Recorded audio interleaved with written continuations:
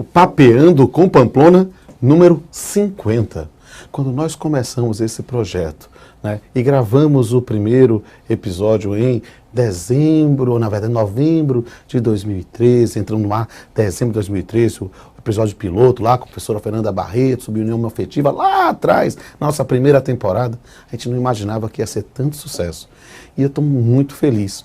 E vocês sabem, me conhecem, eu não gosto muito de fazer a mesma coisa sempre. Então, o pessoal propôs fazer algo diferenciado, fazer um Papeando com Pamplona ao vivo, pela primeira vez ao vivo, transmitido aí no Facebook Live aí do CSTV, e vocês estão nos vendo neste exato momento. E claro, este programa que é sendo gravado ao vivo, também vai ser editado para a gente colocar no ar, na costumeira, primeira sexta-feira do mês, a gente vai colocar para todo mundo ter acesso.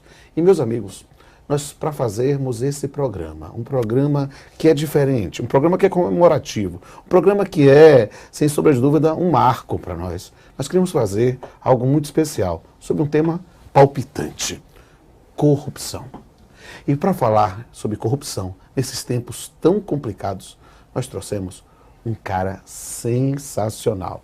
Com vocês, Fábio Roque Araújo, juiz federal, professor universitário, um dos grandes talentos do direito. Eu tive a honra de ter Fábio como meu aluno, ainda no mestrado da UFBA, e hoje eu tenho a enorme satisfação de tê-lo como meu colega aqui no SES e na Universidade Federal da Bahia, né, na Múltipla, em tantos outros lugares. Né? Fábio, que prazer gravar um Papeando com Pamplona ao vivo com Vossa Excelência. Verdade. Meus amigos, uma boa noite a todos. O prazer é todo meu. Para mim é uma imensa satisfação estar aqui hoje. Quem me conhece sabe que eu sou um grande admirador da figura de Rodolfo, né? Eu conheci há muitos anos, estudei muito pelo curso de Direito Civil dele e de Pablo, estudei bastante. Fui seu aluno lá no mestrado da Universidade Federal da Bahia. Muita gente conhece o Rodolfo como um grande professor de Direito do Trabalho, Processo do Trabalho, um grande autor de Direito Civil.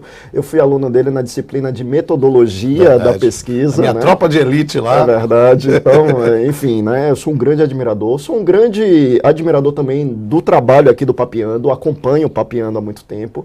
E ao tempo em que eu coloco aqui o meu imenso agradecimento, a minha imensa satisfação, minha imensa honra de estar aqui hoje, eu faço também aqui, né, a minha ressalva, porque eu fui escolhido para ser cobaia, porque fui convidado aqui para o primeiro episódio ao vivo, para minha grande honra, e eu estou muito feliz. Mas, pessoal, eu escolhi uma cobaia especial, porque, olha, o grande lance a se falar é como é que eu ia fazer um Papeando com Pamplona ao vivo, em que vocês podem mandar perguntas, já estão lá, o pessoal do monte botou nas redes sociais, colocou lá no Instagram, colocou no Facebook, a gente tem várias perguntas, as pessoas estão colocando, daqui a pouco vai aparecer pergunta ao vivo, é um negócio muito interessante. Eu precisava botar alguém que tivesse jogo de cintura, que tivesse um conhecimento enciclopédico, mas também conseguisse ter esse lance de poder investir. Sabe-se lá o que vai perguntar, a gente vai aparecer daqui a pouco. Mas vamos papear? Vamos papear? Vamos. Cara, o nosso tema, Fábio, é, como você sabe, corrupção.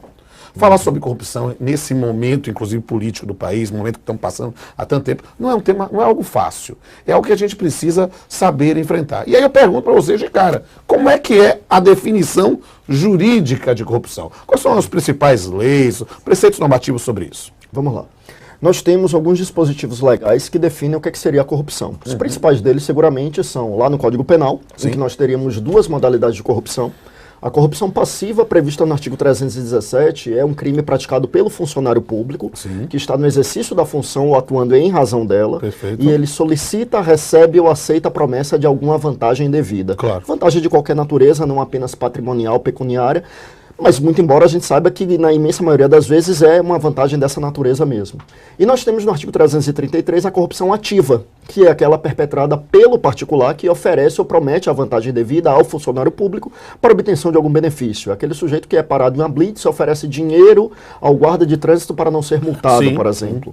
Nós temos alguns outros diplomas legislativos. Então, por exemplo, o funcionário que atua perante a arrecadação fazendária, ele não responde perante a justiça de acordo com o Código Penal. Ele responde de acordo com a lei específica, que é a Lei 8.137 de 1990. Certo.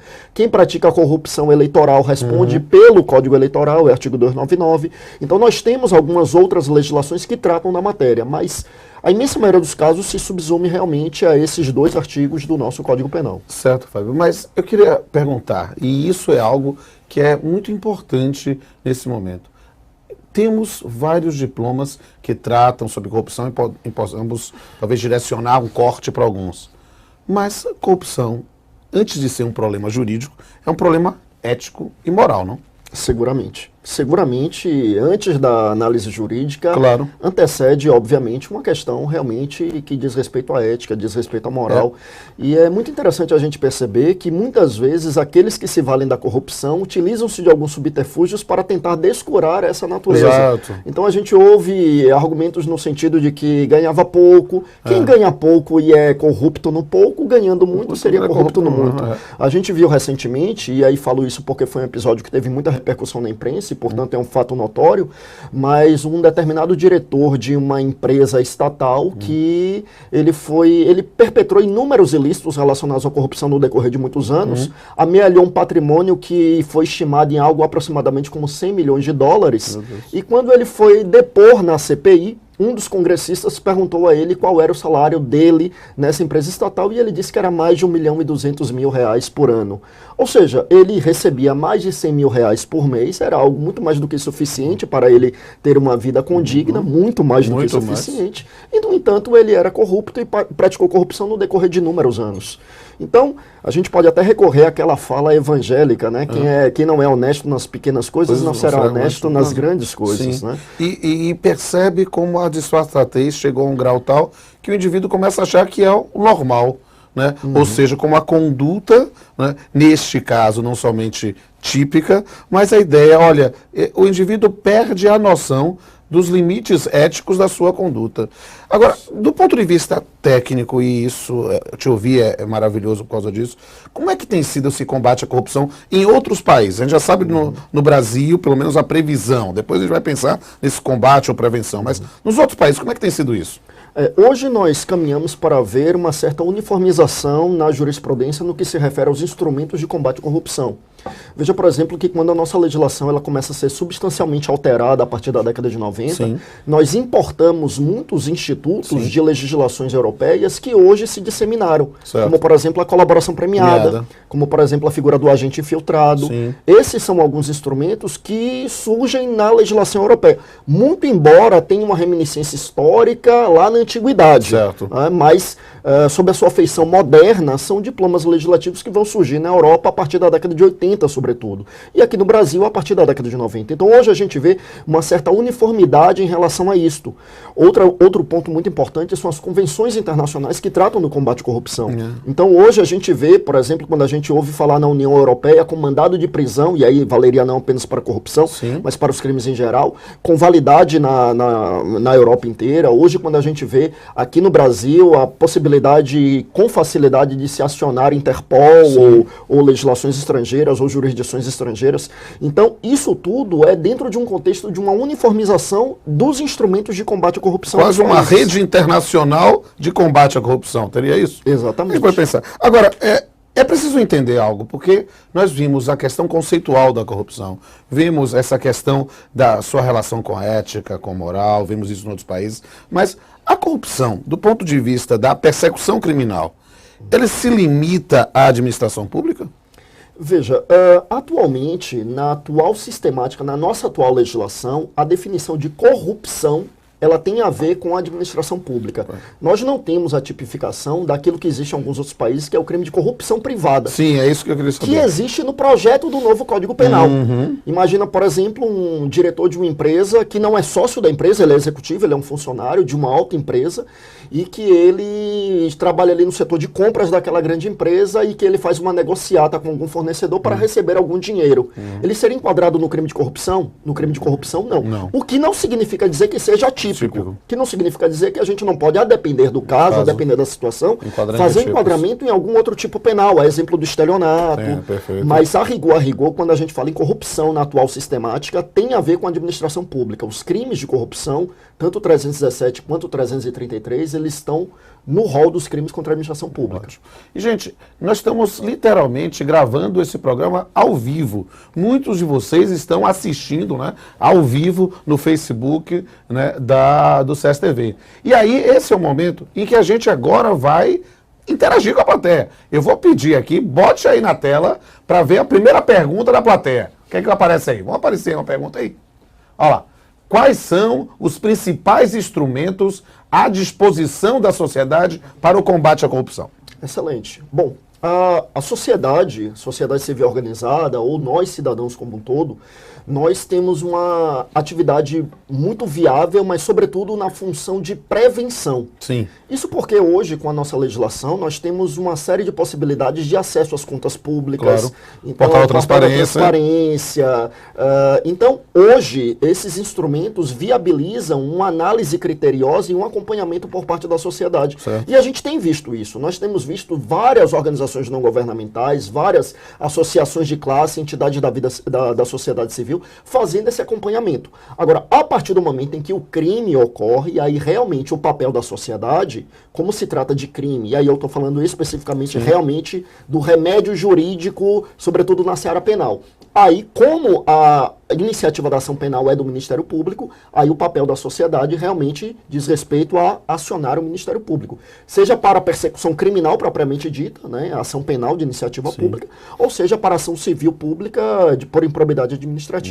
Agora, falar sobre corrupção é falar sobre um mal muito antigo. Né? Aí a gente remonta, às vezes, dando aula sobre o tema ou debatendo a carta de Pero Vaz de Caminha, aquela coisa de pedir um favorecimento ali, ou quando eu penso, e na parte poética, a gente vai ter que fazer alguma referência a Gregório de Matos, né? Para pensar em cada uma desses temas centenários. Né? Na verdade, corrupção é um problema muito antigo, mas nunca se falou tanto no Brasil como nos últimos anos de combate à corrupção. A pergunta que não quer calar é: o que mudou? É verdade. É interessante porque, além da carta de Pero Vaz de Caminha, quando a gente para analisar um pouquinho da nossa história, a gente percebe que, por exemplo, o nosso primeiro ministro da Justiça, o Pero Borges, era um sujeito que tinha sido condenado em Portugal por desvio de recursos. Ele foi condenado, dentre outras coisas, a devolver o dinheiro que ele havia desviado em uma construção lá em Lisboa. Ele desviou o dinheiro da construção de um aqueduto. E ele foi condenado a uma sentença de 3 anos sem poder exercer uma atividade pública. 1 ano e 7 meses depois, ele é nomeado primeiro-ministro da Justiça no Brasil. Chega no Brasil com Tomé de Souza e assume também o equivalente a hoje ao cargo de ministro da Fazenda, ministro da Economia na época. Ou seja, ele acumula essas funções, um sujeito que tinha sido condenado por isto. Eu ministro aula há alguns anos de direito penal e desde que eu começo a dar aula, sempre que eu vou tratar de crimes contra a administração pública, eu costumo repetir uma frase, eu costumo dizer para os meus alunos: corrupção, lamentavelmente, é um crime que nunca sai de moda. Porque quando cessa um escândalo de corrupção, surge outro. É verdade. Isso é interessante porque talvez os mais jovens, eles tenham a percepção de que agora se fala muito por conta dos escândalos, por conta da... Mas a rigor, mesmo antes, já se falava muito em escândalos de corrupção. Agora, o que acontecia muitas vezes é que surgiu o escândalo de corrupção. Quem não lembra lá na década de 90, os casos envolvendo o governo do ex-presidente Fernando Collor, os anões do orçamento, e vem. E tantos outros escândalos que depois eram abafados e a gente não ouvia falar em resposta. Hoje o que a gente tem visto é uma postura, eu diria que talvez mais criteriosa por parte da imprensa no acompanhamento e na divulgação desses escândalos. Claro que isso tem a ver com o amadurecimento da nossa democracia, porque naturalmente é interessante quando a gente ouve algumas pessoas falando, na época da ditadura a gente não ouvia falar nesses escândalos de corrupção. É óbvio que não. Não tinha acesso à imprensa livre. Não tinha imprensa livre, tinha censura. Então os escândalos de corrupção obviamente não vinham à tona. Então isso tem a ver com um pouco com o amadurecimento fortalecimento da nossa democracia, isso tem a ver com o fortalecimento das instituições públicas. E eu acho que diria também que num fenômeno que é da contemporaneidade, que é o acesso à informação através das redes sociais. Porque o que é que a gente vê hoje? Um determinado escândalo explode e as pessoas automaticamente já mandam nos seus grupos de WhatsApp, já posta lá um textão no Facebook, já faz algum tipo de referência no Instagram ou outras modalidades. De repente, nós temos hoje uma visibilidade, e talvez o sucesso do Papel não está muito nisso. Os senhores recebem o vídeo, um link lá no WhatsApp, passa para o outro, faz, e continue fazendo isso, que a gente gosta muito, porque a ideia do sucesso é na transmissão mesmo, online, que a gente pode ter esse acesso à informação. E no combate à corrupção, as pessoas falam, olha, nunca se roubou tanto no país. Eu digo assim, nunca se divulgou tanto no país, nunca se acusou e nunca se processou tanto. Eu acho que vivemos um novo mundo. E esse novo mundo não quer dizer que é melhor ou pior do que o anterior, mas pelo menos é mais transparente. Mas aí eu queria dizer, nós temos uma mudança de postura. Uma mudança, porque nunca se falou tanto de combate à corrupção. Mas o que é que precisa? Aí eu faço essa pergunta assim, o que é que precisa ser ainda implementado para aperfeiçoar o combate à corrupção no Brasil? Essa pergunta é muito interessante, porque, em verdade, é um tema polêmico e é óbvio que eu não tenho pretensão aqui de assambarcar as mais variadas concepções e mais variadas teses acerca do tema. Mas, de minha parte, acredito, e eu sei que é uma tese perfilhada por muitos que laboram na área também, e outros tantos, obviamente, vão rechaçá-la com veemência, mas eu acredito que há alguma necessidade de alguma melhoria, sobretudo na nossa legislação processual penal. Eu costumo brincar em sala de aula dizendo que o processo penal é uma das construções mais próximas do conceito de eternidade que nós temos. Né? Eu tenho essa impressão também. Então, assim, é necessário uma mudança. Eu não acredito na necessidade de exasperação de penas em abstrato. Eu sempre invoco uma frase que foi dita por Beccaria no século XVIII, quando ele dizia que mais vale a certeza da punição do que uma pena alta em abstrato. Não adianta exasperar em abstrato a pena, porque o sujeito que pratica o crime, ele vai na certeza ou na crença, na fé da impunidade.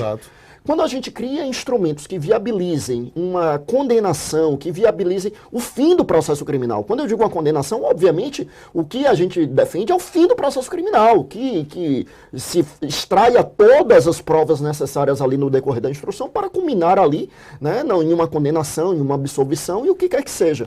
Então eu acredito, não acredito na necessidade de exasperação de penas em abstrato, não penso que o grande problema está na nossa legislação penal, mas seguramente na nossa legislação processual penal. Isto, obviamente, falando sobre a perspectiva da legislação. Agora, é óbvio que é necessário nós, naquilo que a gente dizia, na linha do que a gente afirmava, o fortalecimento das nossas instituições.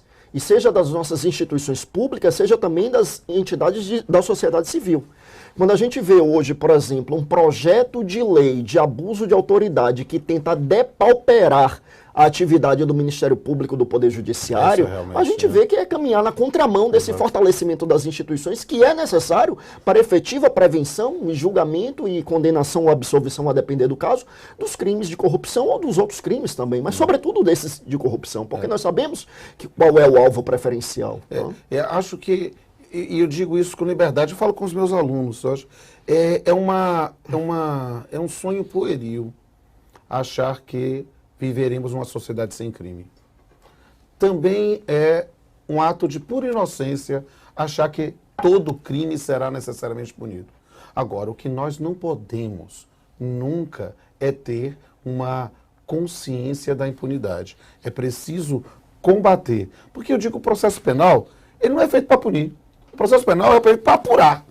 E apurando, e que cometeu, que se puna, ou que se absolva se não vai. Mas é preciso que haja efetividade, haja celeridade, sem violar garantias constitucionais. Mas olha só, aqui, esse programa é ao vivo, e me disseram que aí tem mais uma pergunta aí no ar. Vamos ver, vamos aparecer na tela aí, bota uma pergunta aí. Apareceu. Qual é o papel efetivo do Ministério Público e da magistratura no combate à corrupção? Fábio? É fundamental. Pelo menos na atual sistemática legal que nós temos, como a gente dizia, no que se refere ao Ministério Público, é o titular exclusivo da ação penal de iniciativa pública. Então, cabe ao Ministério Público a persecução criminal. Então, como eu dizia, no que se refere à prevenção, nós temos um papel decisivo da sociedade, das entidades da sociedade civil, de outras instituições, do próprio poder público, porque aí entraria não apenas o Ministério Público, mas a advocacia pública, os órgãos de consultoria, os órgãos de controladoria, os tribunais de contas. Então, no que se refere a essa parte da prevenção, todos esses entes são absolutamente imprescindíveis. A partir do momento em que é constatada a prática da corrupção, aí realmente o papel do Ministério Público e do Poder Judiciário ganham uma importância, uma dimensão fundamental. Claro. Porque não temos como ter a persecução criminal, ou seja, a persecução em outra área, como nas ações de improbidade, por exemplo, sem a atuação do Ministério Público. Claro. E não temos como ter as condenações efetivas, as restituições, os ressarcimentos, as reparações, sem a atuação do Poder Judiciário. Perfeito. Então, né, a importância é capital. Vamos ver. Vamos ver mais uma pergunta? Parece que chegou mais uma pergunta aí. Bota aí. Aqui. E essa pergunta é: o que a população pode fazer para diminuir os benefícios dos políticos? O pessoal disse assim, que essa pergunta, inclusive, foi no Instagram, viu? Vocês confiram o Instagram do CESTV e o Instagram do Papeando com Pamplona. Foi de @Tiago Araújo Dourado, aqui, ó. Tô até dizendo aqui o IG do menino. Vamos lá. A pergunta foi, o que a população pode fazer para diminuir os benefícios dos políticos? Aí, realmente, a gente ingressa na seara, que é a seara relacionada realmente a uma democracia mais participativa, uma democracia efetiva, que tem muito a ver não apenas com a democracia representativa, mas com a participação mais direta da sociedade. E para isso, na nossa legislação, nós temos alguns instrumentos dos quais nós ainda nos valemos muito pouco. Então, a iniciativa popular de leis, quantas leis foram aprovadas a partir de uma iniciativa popular? Houve algumas, é verdade, mas proporcionalmente é um número muito restrito ainda. E eventualmente uma distorção de um projeto inicial. É preciso até blindar, muitas vezes, essa questão da iniciativa popular. Mas siga. Exatamente, como é o que aconteceu, por exemplo, lá no chamado projeto das 10 medidas de combate à corrupção do Ministério Público. E é importante que se diga, né, antes que se faça alguma reserva em relação a isso, que eu tenho algumas ressalvas sérias em relação ao projeto. Penso que ele tem méritos e deméritos. Sim, como não estou fazendo aqui a defesa do projeto, nem contestando o projeto. Creio que a gente não teria nem tempo para isso. Talvez uma outra oportunidade. Talvez um papeando só sobre 10 medidas de corrupção. Acho que pode ser um tema, quem sabe? Vamos deixar anotado aí no ar. Mas o que é interessante é que esse projeto, que ele parte de iniciativa popular e chega lá no Congresso e ele sofre alterações de multa que alteram substancialmente o seu teor. Mas nós temos alguns instrumentos, eu dizia, na nossa legislação, não apenas a iniciativa popular, né, mas o plebiscito, o referendo, e aí já dependeria também da democracia representativa. Mas nós temos, sobretudo, a possibilidade da população participar de uma forma mais consciente nesse processo de eleição dos representantes. Né? Então, realmente, a forma de atuação é um tanto quanto restrita, mas ela é possível e ela é plenamente viável. Perfeito. É um tema fascinante. E é um tema que está na ordem do dia, que está pulsando. Só que tenho que fazer uma pergunta final aqui. E eu quero que você, Fábio, fale para o profissional do direito e para o estudante de direito, que se vê ainda perplexo diante de tantas denúncias de corrupção, pensando, será que ainda vale a pena ter esperança? Será que ainda vale a pena lutar? Qual a mensagem final que você faz para o nosso amigo que está vendo? Vejam, meus amigos, essa pergunta, esse questionamento é muito importante porque eu vou me permitir aqui, em brevíssimo espaço de tempo, fazer um brevíssimo relato pessoal, porque eu, quando ingressei na faculdade de Direito, eu não sabia exatamente qual carreira seguiria, não tinha ninguém na área de minha família, né? Ninguém na minha família era da área, não tinha alguém que fosse uma referência, senão os professores que eu fui tendo no decorrer da graduação lá na Universidade Federal da Bahia, onde hoje eu tenho a grata felicidade de dividir a atividade docente lá com o Rodolfo. E lá, alguns colegas, Rodolfo, eles começaram a estagiar em escritórios. E esses colegas que estagiaram em escritórios, talvez, né, mal orientados por profissionais que talvez até tivessem alguma capacidade técnica, mas talvez não um padrão ético tão elevado, eles vinham e falavam coisas como, por exemplo, se não der um dinheiro para o oficial de justiça, o processo não anda. O CPF, custas por fora, então, a bola, PIS, pagando imediatamente sai. A gente ouve isso. Pois é. E as pessoas falam, dando risada. A gente dá risada pelo engraçado, mas isso é o reconhecimento de uma decadência que imperava no Poder Judiciário e que a gente supere isso. Mas diga, desculpa, eu estou E aí, seu testemunho. dentro dessa perspectiva, e aí eu ainda não estava estagiando, né? E as pessoas vinham com esses relatos e diziam, não, mas eu dizia, não, mas isso é um absurdo, porque isso também é corrupção. Exato. Né? Porque as pessoas acham que o oficial que está cobrando, está recebendo é corrupto, e quem está ofertando dinheiro para que seria. é claro que é corrupção da claro. mesma forma. E as pessoas diziam, mas se não fizer isso, o processo não anda. E eu dizia, então, quando eu for advogar, o processo não vai andar. E as pessoas procuravam desestimular dessa forma, e eu fiquei muito desestimulado em relação a isso. É óbvio que isso era a cabeça de um garoto de 19 anos que estava começando a faculdade. Eu entrei na faculdade com 18, devia estar no 3º ou 4º semestre, e hoje é óbvio que eu sei que é uma visão completamente equivocada. Claro. Nós temos profissionais éticos e profissionais não éticos em todas as carreiras, em todas elas, na advocacia, na magistratura, no MP.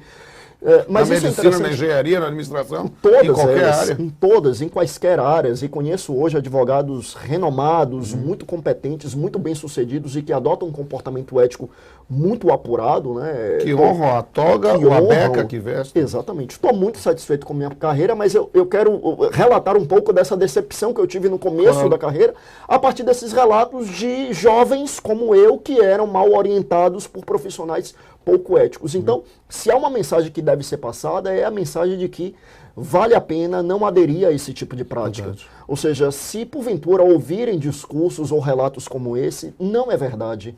E se vocês ouvem discursos como esse, de práticas que ainda acontecem, como o Rodolfo disse, continuarão ocorrendo.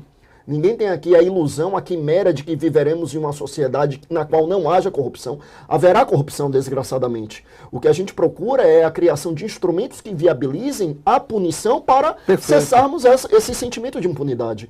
Então, se há uma fala que a gente pode deixar aqui, é a fala no sentido de que realmente vale a pena seguir aquilo que você acredita, manter o seu padrão ético, manter os seus valores, esses valores que você aprendeu em sua casa, com sua família, que você aprendeu que realmente vale a pena, e não perca a esperança a partir de relatos de pessoas muito mal intencionadas e com pouco ou nenhuma ética ou caráter. Então vale a pena seguir fazendo o que é certo. E essa ideia, eu repito com frequência para os meus alunos, né? O único direito verdadeiramente inalienável é o direito de ter esperança. E a gente tem que ter cuidado, sabe? Com cuidado de ourives mesmo, com quem pega, lapida uma joia, para falar para eles sobre isso. Porque muitas vezes o indivíduo fica decepcionado, né? Dizendo, ninguém presta. Eu digo, filho, não use esse discurso, ninguém presta. Porque esse é um discurso que é uma faca de dois gumes terrível. Porque se você diz, ninguém presta, letra A, ninguém presta e somente você presta, arrogância pura. Ou ninguém presta, inclusive você. Ou seja, a confissão de autofalência. Meus amigos, é preciso ter esperança. E eu falo porque eu tenho que encerrar. E eu tenho que encerrar, e eu sempre encerro o Papeando fazendo um brinde. Mas eu quero dizer, Fábio, que eu tenho um prazer enorme de estar aqui com você hoje, entrevistando. Por quê? Porque para mim você também é uma encarnação de esperança.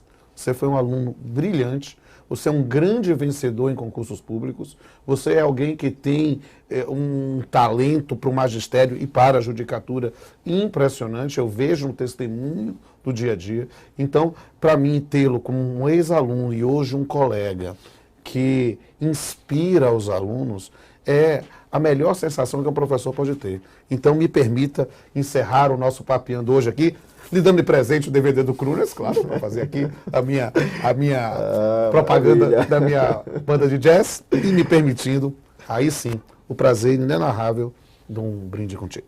Todo meu.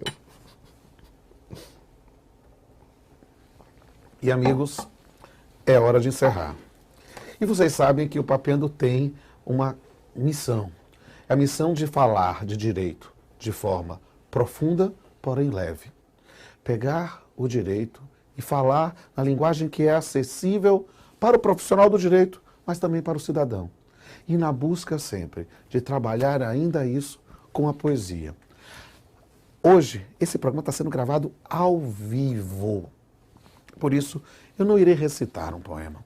Mas esse programa, daqui a pouco, vai entrar no ar. Na velha sexta-feira, a primeira sexta-feira do mês, vocês vão ver. E logo depois vai vir a nossa versão poética, a nossa visão poética sobre o tema da corrupção. Mas eu quero dizer a você aqui que se gostou desse programa, veja aí nas redes sociais, veja aí, bote a hashtag Papeando com Pamplona, a hashtag CESTV, olhe lá no Insta CESTV, tá aparecendo aqui, ó, na tela aqui, ó, tchan, tchan, tchan, tchan, a hashtag Papeando com Pamplona, né? Vai aparecer outro daqui a pouco, @InstaCSTV. Você pode ver várias imagens desse programa, dessa gravação e de outras gravações. E eu quero dizer, meu amigo, que a gente tem que encerrar. Eu quero dizer que eu estou muito feliz, mas feliz não somente por ter completado aqui 50 episódios, quero agradecer ao comandante Renato Saraiva, a galera aqui do SES da Bahia, que às vezes segue nas minhas loucuras, já saímos viajando para Brasília, para gravar dentro do Supremo, para gravar dentro do TST, para gravar em Recife, para gravar em um monte de lugar. E o pessoal viaja comigo, fazer uma homenagem a Greg, nosso diretor, a Thalita, nossa produtora, a Fábio, o gerente, a toda a galera, Brenda, Jones, Thiago, MP, WW, toda a galera que está aqui, e Rodrigo em especial, que consegue botar meu cabelo no lugar também, que é uma figura raríssima, e tantas outras pessoas. Uma saudade de Aninha, uma saudade daqueles que não estão mais com a gente, e mais dizendo que eu estou emocionado. Estou sendo ao vivo. Daqui a pouco esse programa vai ser editado, não sei se Greg vai manter isso aqui não, mas eu quero dizer que hoje uma das coisas que mais me motiva é fazer o Papeando, porque eu acredito realmente que a gente pode ensinar direito com profundidade, leveza e poesia. Até a próxima.